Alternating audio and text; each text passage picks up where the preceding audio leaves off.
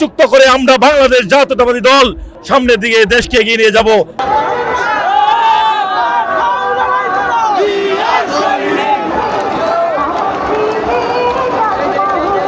রাজনৈতিক অধিকার প্রতিষ্ঠার সমাবেশ থেকে আমরা স্পষ্ট বলে দিতে চাই, এই অবৈধ স্বৈরাচার সরকার বাংলাদেশকে একটি তাবেদারি রাষ্ট্র পরিণত করেছিল। তারপরে সারা বাংলাদেশের ছাত্র জনতার গণ অভ্যুত্থানের মাধ্যমে এই স্বৈরাচারের পতন হয়েছে। পতনের পরে আমরা আশা করেছিলাম এই ডক্টর ইউনূস বাংলাদেশকে একটি সুন্দর একটি নির্বাচনের মাধ্যমে ক্ষমতা হস্তান্তর করবেন, কিন্তু আমরা ইতিমধ্যে দেখতে পাচ্ছি নির্বাচনের নামে তারা তামাশা শুরু করেছে।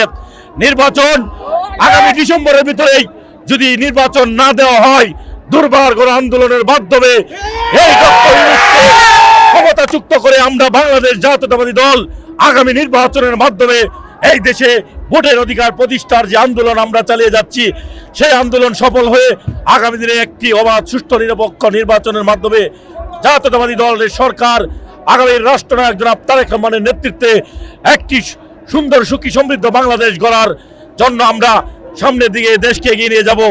আমাদের একটাই প্রত্যাশা, আমরা আগামী তারেক রহমানের নির্দেশনা অনুযায়ী মানিকগঞ্জ জেলা যুবদল তারুণ্যের অহংকার অর্থনৈতিক রাজনৈতিক প্রতিষ্ঠার লক্ষ্যে আজকের এই সমাবেশে আমরা এসেছি।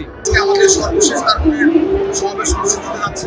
আমাদের ভারপ্রাপ্ত চেয়ারম্যান মহোদয় সবসময় চিন্তা করেছেন যে তরুণদেরকে রাষ্ট্র গঠনের ক্ষেত্রে যাতে সক্রিয় ভূমিকা রাখতে পারে, তরুণরা যাতে সকল ক্ষেত্রে তাদের অগ্রণী ভূমিকা পালন করতে পারে, সেই লক্ষ্যকে সামনে রেখে তরুণদেরকে নিয়ে আমরা আমাদের এই সমাবেশ অনুষ্ঠিত করতে যাচ্ছি।